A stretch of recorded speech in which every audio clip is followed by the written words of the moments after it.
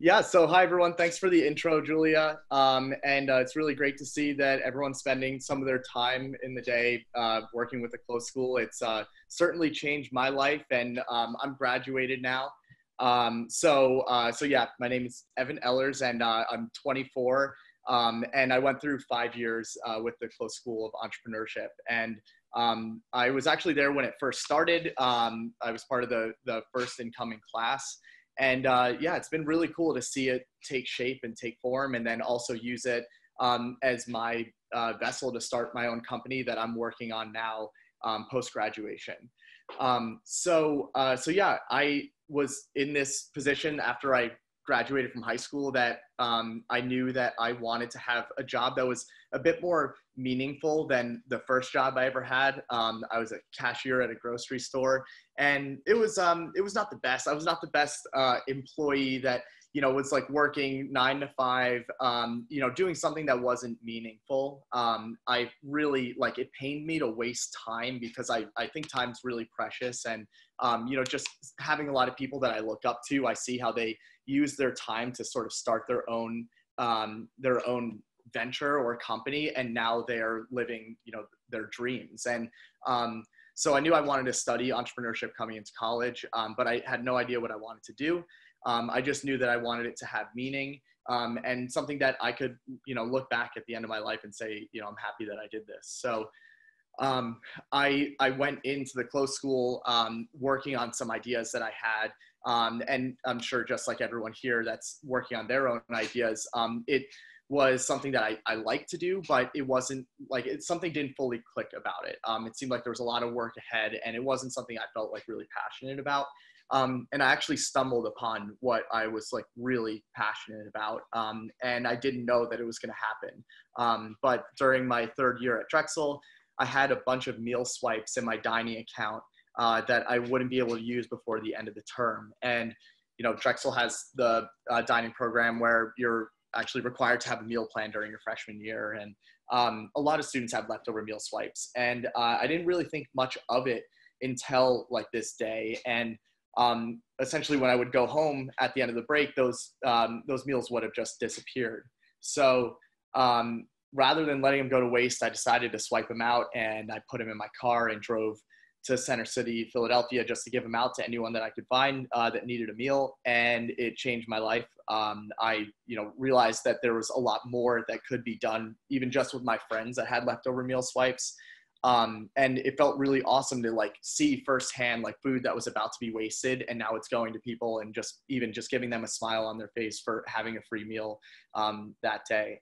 So I found what I was passionate about, by surprise, and I followed that. And having the close school really allowed me to like bring that idea to the next level, where I figured, if I could do this on a larger scale, what if the entire university could have a meal swipe donation program? So that was the path that I went down. I started to work with the university and its food service provider.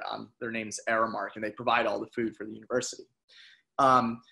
And I went with the close school, and they had this, the opportunity where you can get funding for your company. So it was like during one of our co-ops, you can choose that as like your co-op to actually get funded and start your own business. So I applied for that, got $15,000 in funding, and turned this idea into a real nonprofit, a registered nonprofit. And I called it Sharing Excess because it described, what we were doing at its core.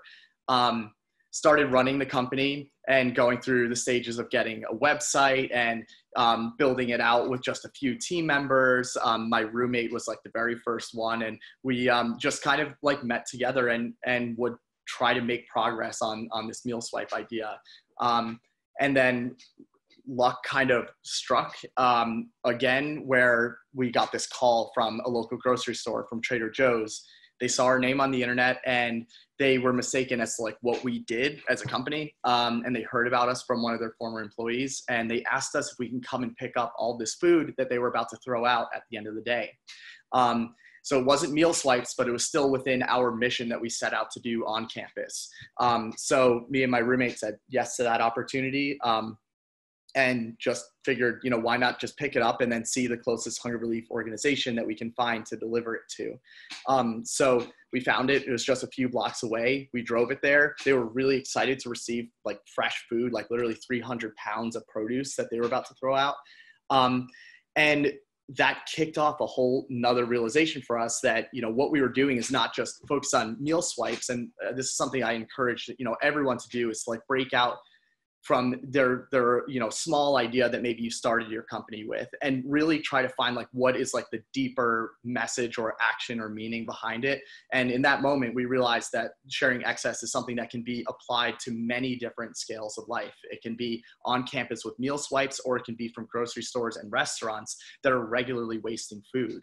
Of course, we had to do a lot of research to start to get those breadcrumbs to find out that there was waste happening all across the city in every grocery store and restaurant that we talked to, and that food waste was happening on a national scale, that 126 billion pounds of completely edible food is thrown out every year in the United States. And that's more than double the amount of food that's needed to feed every one of the 40 million Americans that can't afford 3 meals per day. So we started to get obsessed with these numbers of how there's more waste than there are people hungry in the US. And then seeing it on our small scale at Drexel, how are we affecting change just on like literally our very first step, and how do we scale that? It was something that was really awesome to work with the Close School through, because you need people to help balance your concept as you're trying to scale and bring it to the next level, which is a lot of times the natural fruition of any like entrepreneurial idea, is to scale it and bring it to the next level. And we said yes to a lot of opportunities without really knowing what we were doing at any particular time, which is really important, I think, for everyone to understand, is that you do not need to know what you are doing to make action happen. As simple as starting a website for your idea or your company is much further along than most people will get, simply because they're afraid to start the process. So I am a living example of that, of like just making it work step by step by step, taking every single day as like a next step towards scaling. And we started to work with more grocery stores and restaurants, and started to get more students involved in what we were doing. And we even created a student organization on campus where we can have other people in the university, other students from any grade or major, come in and join our chapter and help us work on a meal swipe donation program on campus, while helping us recover food from these grocery stores and restaurants that we're working with to deliver that to community organizations. So this was all in the summer of 2018 when we first started. And we like kind of were getting our shit together until 2019. And then 2019 is like our first like calendar year of, okay, we're a company now. This is what we're going to do. This is going to be our goals and objectives. And we built a plan out of it. And we worked our butts off to make this like a real operation, something where we're quantifying all of our impact. We gave all of our drivers, the people that are moving food from grocery stores and restaurants to hunger relief organizations, we started to pay them like $10 to $20 per ride, so that it could be something that's comparable to Uber and actually pays you more, and you're doing a good thing and you can do it in between your classes. And we as a nonprofit would raise funds and donations to actually pay those drivers to do this work on a regular basis. So we created a model out of that, how we get funding, and then how we turn that into impact, and then make it sustainable at the same time. We worked through that model all throughout 2019 and got into 5 universities in the Philadelphia area, and even one in Pittsburgh, all around the same concept of sharing excess. And we started to build up our partnerships with chains. Like we started to work with Saxby's, with Giant, with ShopRite, and working from at one place and then connecting that to another location where we can start spreading. Then we continued all the way on until 2020. At that point, we had already delivered over 250,000 pounds of food and acquired about 50 partners, 50 grocery stores and restaurants.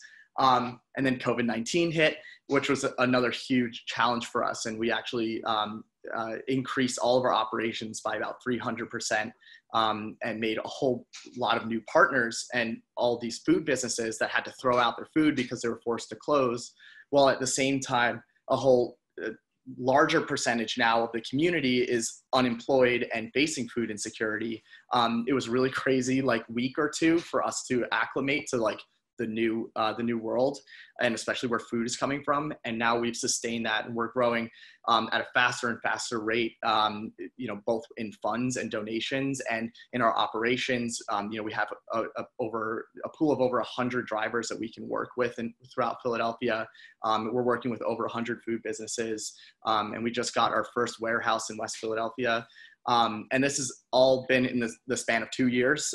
It really does not take that long, but you have to be willing to give it absolutely every single drop of blood that you have, which means making it sustainable financially as well.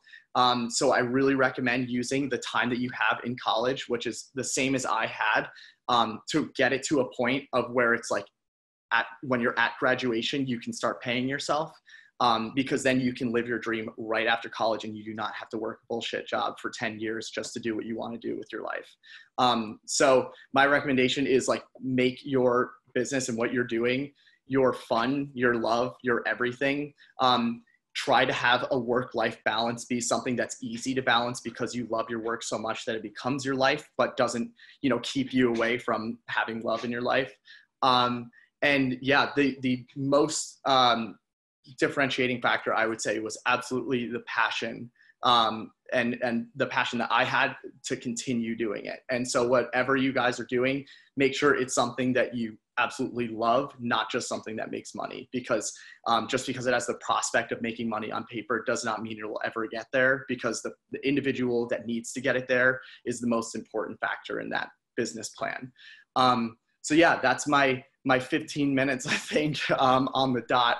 And that's my experience with the close school. And if you guys ever want to get involved on campus, we have a chapter of 40 students that recover all the leftover food on campus and bring that to hunger relief organizations. And then we now operate the meal swipe donation program that we successfully started at Drexel. And we look to donate about 1,000 to 2,000 meal swipes every quarter. So really excited to hopefully work with you guys in the future, amid COVID and concerns, we'll see. But yeah, that's my 15 and my 2 cents. And yeah, it's changed my life, and I recommend this path that you guys are starting. See it through, because you will be infinitely happier than if you didn't. So thank you. Thank you, Evan. And Evan, should I provide your sharing access email? Is that? Yeah, for sure. Yeah, if anyone has any questions specifically, feel free to email me. It's just evan@sharingaccess.com. Awesome. And I'll send that out on my wrap-up email as well. I'll send you the Sharing Access website. You should check it out. Evan won't toot his own horn, but I always will. Evan is amazing. He's one of the hardest working people that I've ever met. And you may have seen him as one of the faces of the Ambition Can't Wait campaign. So hopefully more exciting news on that front coming up. But I think we all need to give Evan a round of applause for handling all this craziness with COVID, and for kicking butt, taking names, and helping our community. So thank you, Evan, for all you're doing. It's my pleasure. Thank you. And thanks for letting me share my story. Yeah, thanks, dude. All right. So now we have, some of you may know her. See ya, Evan. Thank you. Some of you may know her as your peer leader during this camp. We also heard from her briefly. She gave us some beautiful advice yesterday on, what it's like to start a company, how to pivot, and all of that wonderful advice that she gave us. But I would now like to introduce Lindsay Smith. Hi, everyone. Hope you can hear me fine. Am I good? Yeah, perfect. Awesome.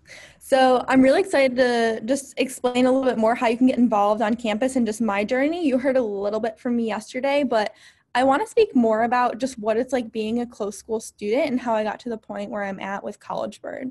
So I think you also heard from Lauren on the first day, and she said something really important that connected with me. She said she's still finding that career that really clicks with her and fits with her. I think we're all on that path. We all, just like Evan, want to find something that we feel like we create value and is meaningful to us in our lives. So with that idea in mind, I have just started to research a ton about incoming or upcoming jobs and things that are growing in the industries, because I think a lot of roles are becoming more cross-functional and are becoming more about value creation for their employees. So right now in the chat, I'm gonna put the website in just so you can kind of understand what I'm talking about. So if you want, you can kind of walk through it with me. But on the College Board website, I put together the industry tracks, which are up and coming. So things like product manager, chief marketing technologist, digital merchandiser.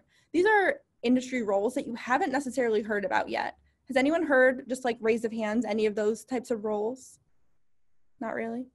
Yeah.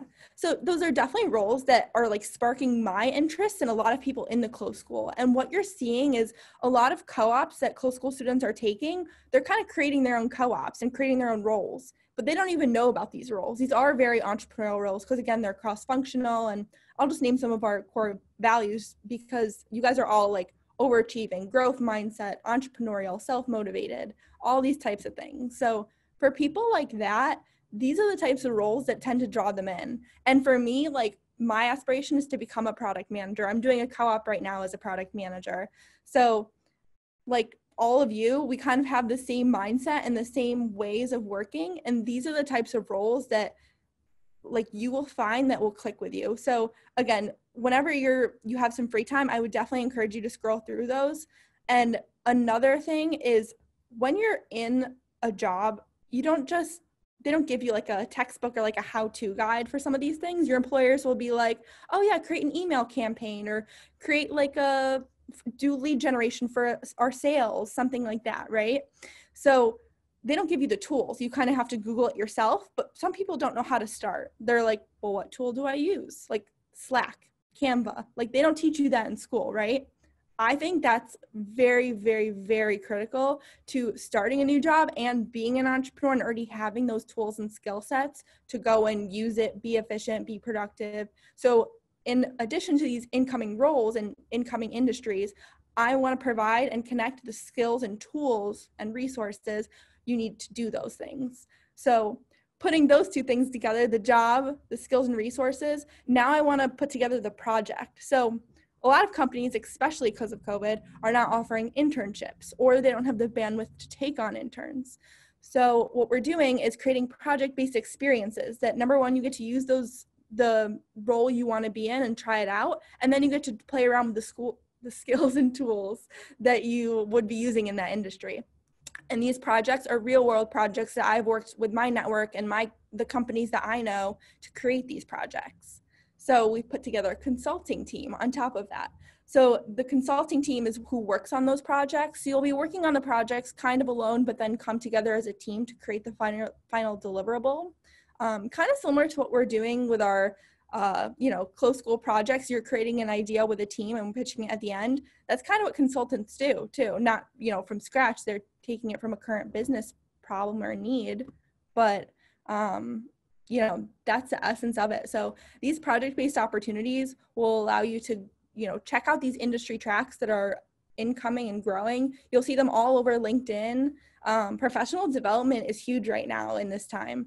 Like while I'm sitting at home, I'm not just, hanging outside, sitting by the beach. I definitely am sometimes, but I'm like, what should I be doing with my life right now? What do I do in my free time? How can I improve, learning social media, learning more on LinkedIn, reading about product managers? There's a lot that you can be doing right now. And that's kind of what I want to give to you guys, because when I was in your position as a freshman, I had no idea what kind of job an entrepreneur had. I knew that I kind of wanted to start my own business and I like to do multiple things and stay busy. I need to learn both to be able to be successful at my job and to be successful at my startup. I think they go hand in hand. And I think a lot of you guys, you're in school for a reason. You want to learn to be more successful in your startup, to be more successful in your careers, and just in life. It's a mindset, it's a lifestyle. So I would love to open up for questions for 5 minutes, or you guys can just pick around the website. There's tools, a whole library of tools and resources you can download on there. So any questions? Lindsay, this is awesome. And thank you for sharing the website. What I'm going to actually do is, if everyone wants to write their questions in the chat, and then we'll have Dara and Dan go. And then is that okay? We do questions at the end? Yeah, perfect. Okay, but if anyone has questions right now, write it in the chat and we will get to all of them. We should have enough time at the end.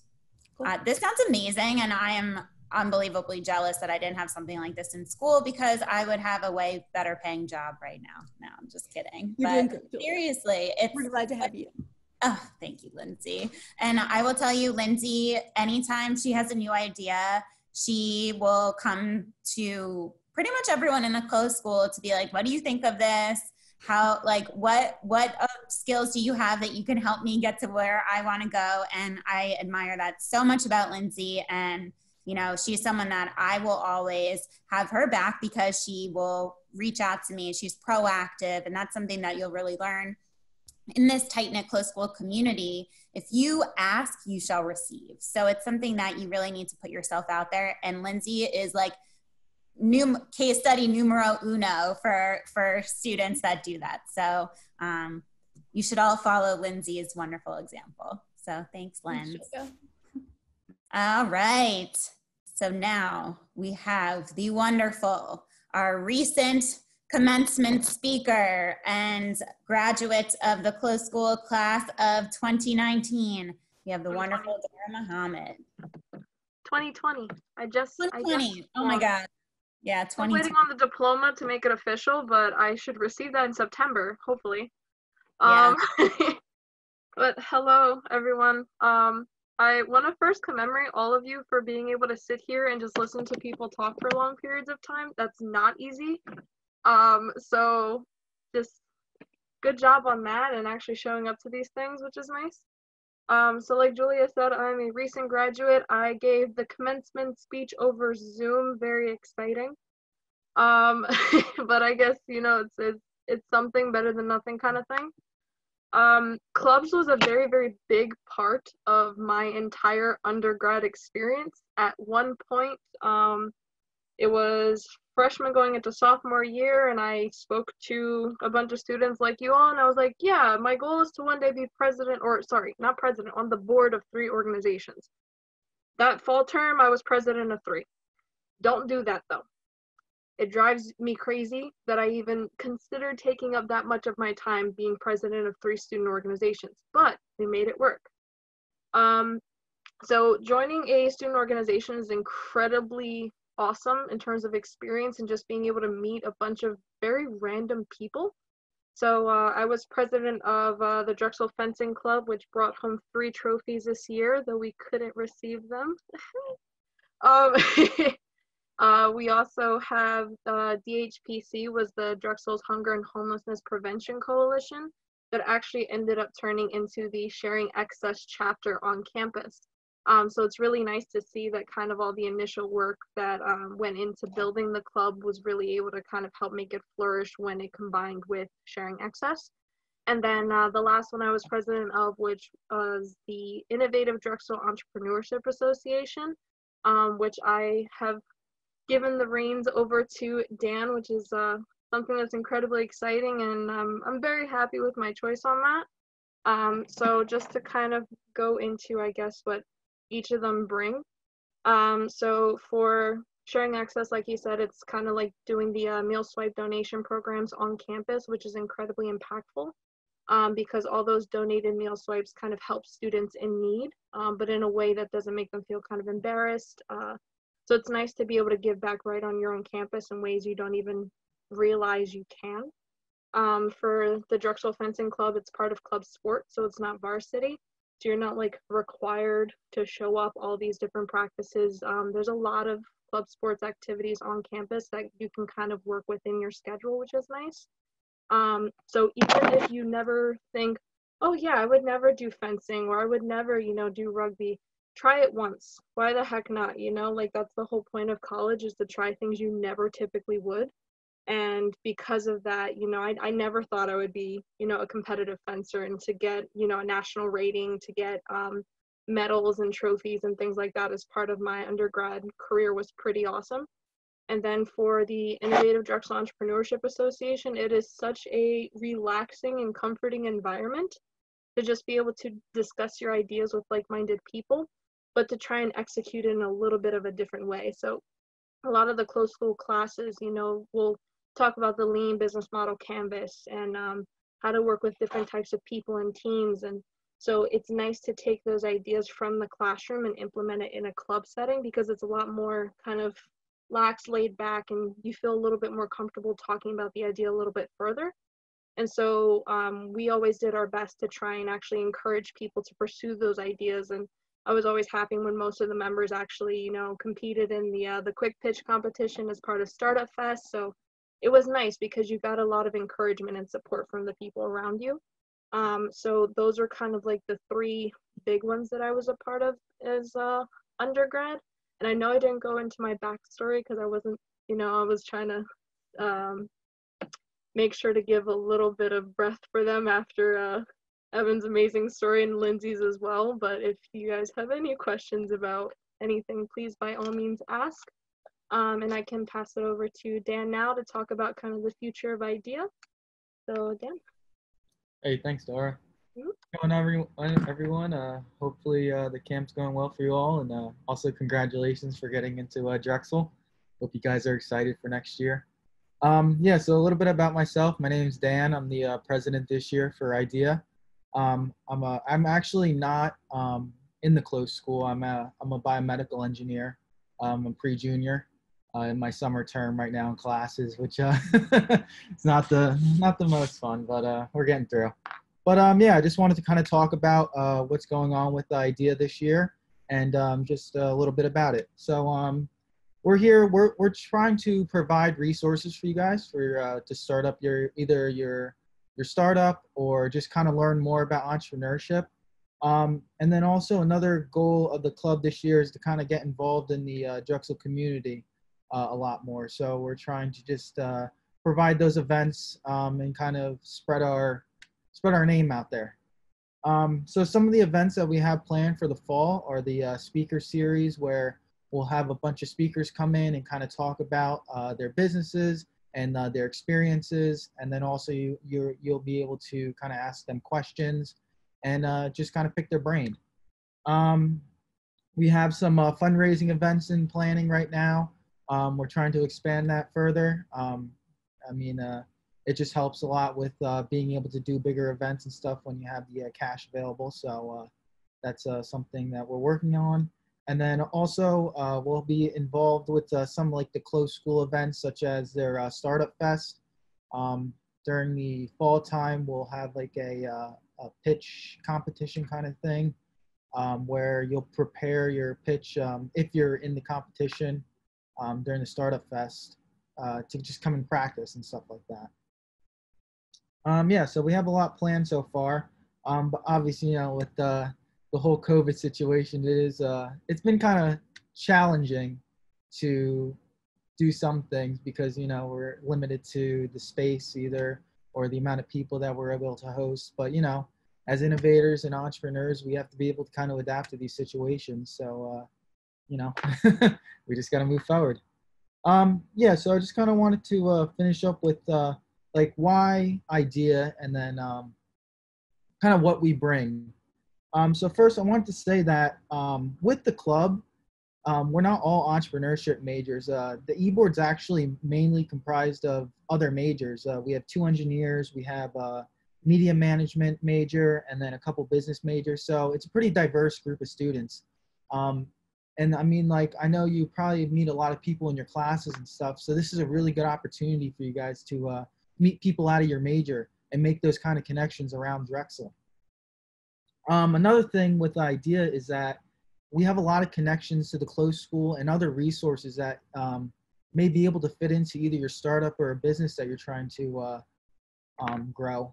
And we may be able to kind of give you some resources and connect you with people so that you're able to develop those connections and stuff. So we have a lot of things to work with. So if you just come and talk to us, we'll be able to find something for that.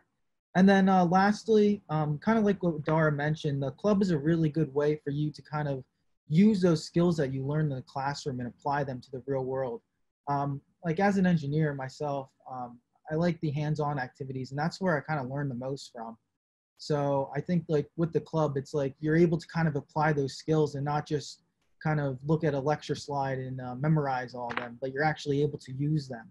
So the club is a really good way for you guys to kind of practice those things and better yourself for your business. So yeah, so that's pretty much about IDEA. And then one last thing, on August 13th, if anyone is available, we will be having a general body meeting at 5 o'clock on Zoom. And I wanted to open up this meeting for anyone who wants to kind of run their idea by us for their pitch idea for College Day that everyone's been developing during the camp days. So yeah, if you wanted to come by and pitch your idea or just get some feedback, we should have some e-board members there and myself to come talk to us. Also just like to meet the e-board and stuff, and then run your idea by us, and we could just kind of give you some feedback and maybe give you some other ideas to kind of work off of. So yeah, yeah, that'll be August 13th at 5 o'clock. So yeah, thank you again for letting me speak, and hopefully we'll see you at that meeting and in the fall. Thanks, Dan. And whenever you get a chance, do you want to send me the Zoom link and I can send that out to everyone ahead of time? That way, in case people want to stop by, Yeah. they can just. Yeah, exactly. Yeah, and you don't have to stay for the whole time either. I know it's the summertime. You might have something going on in the afternoon, but yeah, if you just want to come by for 5-10 minutes, and yeah, that's fine. Yeah, and I could email you the Zoom link then. Awesome. Thank you so much. Yeah. So I feel like Dan kind of touched on some of the things that we've heard over the last couple of days, in that, you know, I know one of the big questions that I always receive from prospective students is, well, how do I meet other people to join my team? How do I meet an engineer? How do I meet a computer science? How do I meet someone in marketing? The Idea Club is one of the best ways to do that. You know, it is people, as Dan said, the e-board is pretty much made up of every other major except entrepreneurship. So we need some representation. It is the Drexel Entrepreneurship Association. So I think this is a really good space to get involved. It's a small enough group, similar to the closed school, where you're probably really actually able to get to know one another in a more intimate setting. And it's a bunch of like-minded individuals from across campus who they really are looking to be entrepreneurial, to be innovative, and to surround yourself with people like that, you know, as we've seen over the last couple of days, is so critical and important to your entrepreneurship education. So thank you so much for inviting everyone. And Lindsay, did you have something to add? I was just going to say, yeah. So I know Dara and Evan just graduated, but I am still in the closed school in Empayada. So if anyone is interested in getting in touch with any of the companies, whether it be mine or any of the companies on our website, please let me know. Or maybe Julia, you can provide the link to like where on the closed schools page. Yeah. And I'd be happy to connect you. I haven't been booted. True. You'll still be there, right? Yeah. Never mind. You can contact me or Dara. Yeah. And if, for Lindsay, Dara, Dan, if you have any links that you think would be helpful to send and share with everyone, send them my way and I'll add them to that email for sure. I did, Dara, I added the one you got the Dragon link? Yep. Okay. So Dragon Link, I want to say, is probably only used by freshmen, but it's one of the most important tools in your freshman career, and that's just to get a hold of every single club. You can tell that it's an active club because they have to re-register every year. So if you just randomly want to go through the 350 plus clubs to decide what you want to do, you have so much to choose from. And if you don't see the one that you like and you want to do something else, guess what? You can make your own. So I just wanted to have that sent along. That is in the chat, and Julia will send it as well. But just take a look at it for that way, so that way you can kind of see all the clubs and what they have to offer. Sorry, people. They're testing my fire alarm today. I was about to say, Julia, you got to bounce? No, it's annual.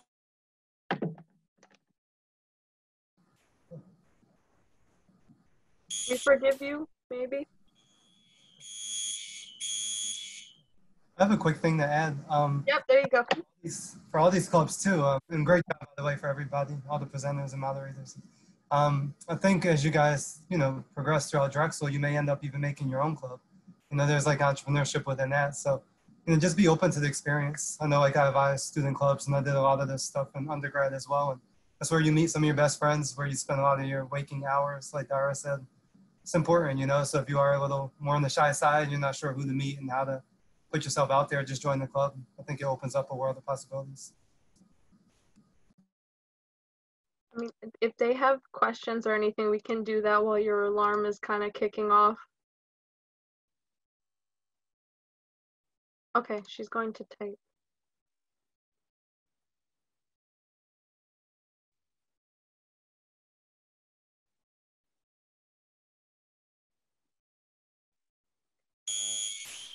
Send in the chat a question for peer leader. Yep. I can share. I kind of shared this yesterday, but I'm a part of SSGU, and that's the Philly Startup Leaders Club or organization.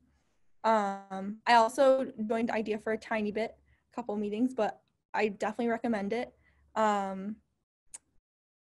don't know if am I in any other clubs? Every company is its own club as well. So it's like, I've been a part of a lot.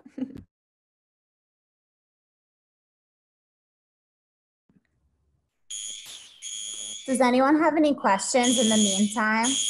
I don't know if you can hear me.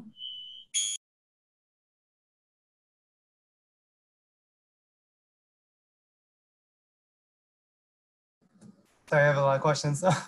So for the peer leaders and for club leaders and all that, if you guys could kind of give your advice on how to balance everything. You kind of alluded to it before, but again, how do you make time for this in conjunction with running a startup, being in school, having relationships? Definitely keeping Pardon a, me. God. oh, no, yeah. I mean, like, yeah, definitely keeping a good schedule to follow is really important. I mean, especially with terms in the past that I've had, engineering, some of the classes get kind of hard there. So, but yeah, it's really just about kind of staying disciplined and keeping a really good schedule for yourself and time management. I mean, that's definitely something you'll need to learn throughout your college career. So, but yeah, as long as you kind of estimate the time that you'll need for each thing and kind of lay it out for yourself to look at, and then kind of keep check marks on what you get done and stuff, you shouldn't have a problem with kind of getting everything done that you need. Oh yeah, and then I did see a chat question. So the question was, are you currently working on any business projects with the Idea Club?